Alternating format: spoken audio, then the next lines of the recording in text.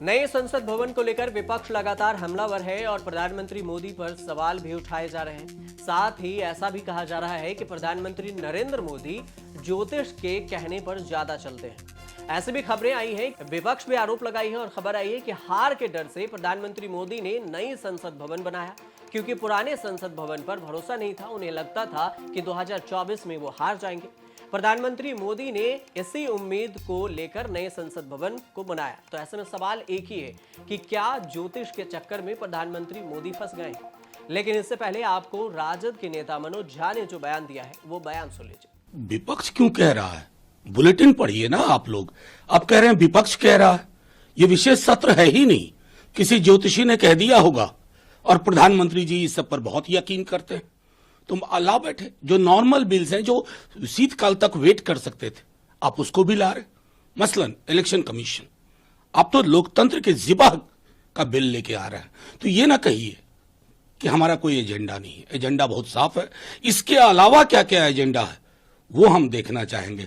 विशेष नाम का कुछ नहीं है। ये नए संसद भवन में गणेश चतुर्थी के मौके पर एंट्री होनी है। नई इमारत में लोकसभा और राज्यसभा के लिए दो अलग अलग नंबरों की व्यवस्था की गई है, जिसमें लोकसभा चेंबर में से एक साथ 888 सदस्य और राज्यसभा के चेंबर में एक साथ 384 सदस्य बैठ सकते हैं।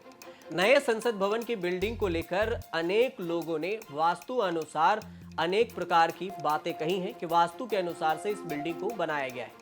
अगर बिल्डिंग की बात करें तो त्रिकोण के आकार में बनी हुई यह इमारत सत्व, रजस और तमस को परिभाषित करते हुए षष्ठकोण का आकार भी लेती है, जो जीवन में षष्ठ रेपो यानी 6 मनोविकार को दूर करने का संदेश देते हैं।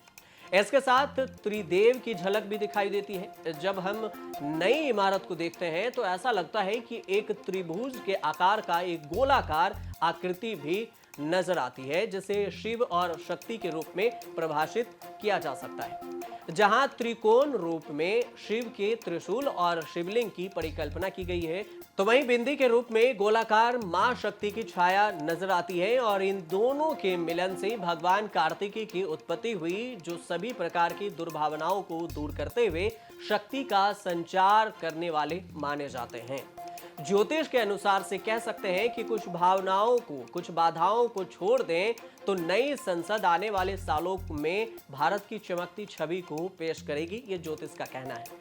जब भी कांग्रेस काले कपड़े में विरोध करती नजर आई तो प्रधानमंत्री मोदी उसके विरोध में ये कहते नजर आए कि ये लोग जादू के चक्कर में फंस गए, काले जादू के चक्कर में फंस गए हैं। तो इससे तय माना जाता है कि प्रधानमंत्री मोदी भी ज्यादातर ज्योतिष पर भरोसा करते होंगे। शायद इसलिए नहीं कहा जा सकता कि करते हैं कि अभी उनके तरफ से स्पष्ट बयान नहीं। लेकिन 2024 में प्रधानमंत्री नरेंद्र मोदी के आने के बाद को अगर देखें कि ज्योतिष के अनुसार से क्या उनका जन्म कुंडली कहता है 2024 को लेकर।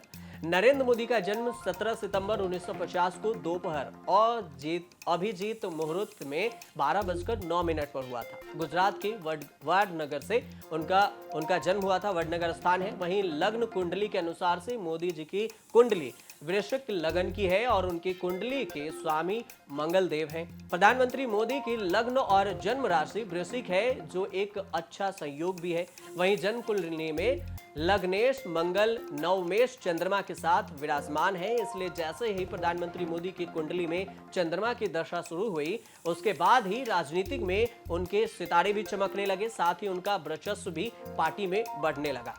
प्रधानमंत्री मोदी की जन्म कुंडली में शुक्र राज्य प्राप्ति के दशम यानी कर्म और भाव में की स्थिति में है। साथ ही शुक्र की दशा में 7 अक्टूबर 2001 को गुजरात के 14वें मुख्यमंत्री बने।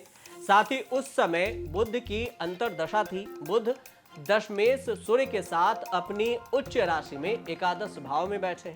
इसी बुध की अंतर्दशा में वे दोबारा साल 2002 में सीएम बने।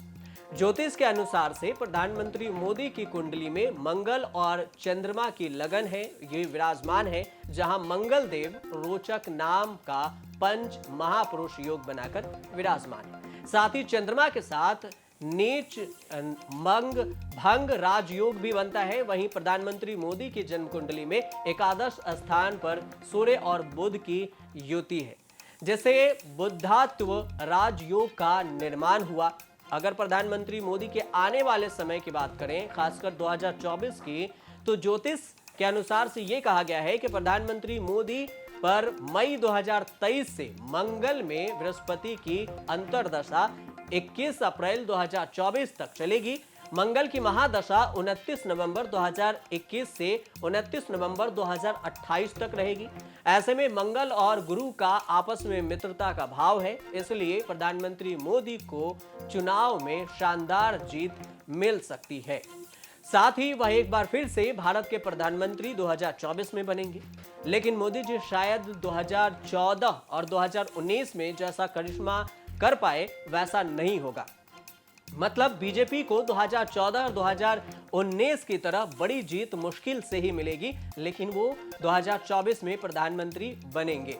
अप्रैल 2024 से जून 2025 तक मोदी देश के हित में बड़े फैसला ले सकते हैं। जून 2025 से मई 2026 तक प्रधानमंत्री मोदी की सेहत में कुछ परेशानियों का सामना भी हो सकता है, ऐसा भी ज्योतिष का कहना है। आप देखते रहिए न्यूज़ तक।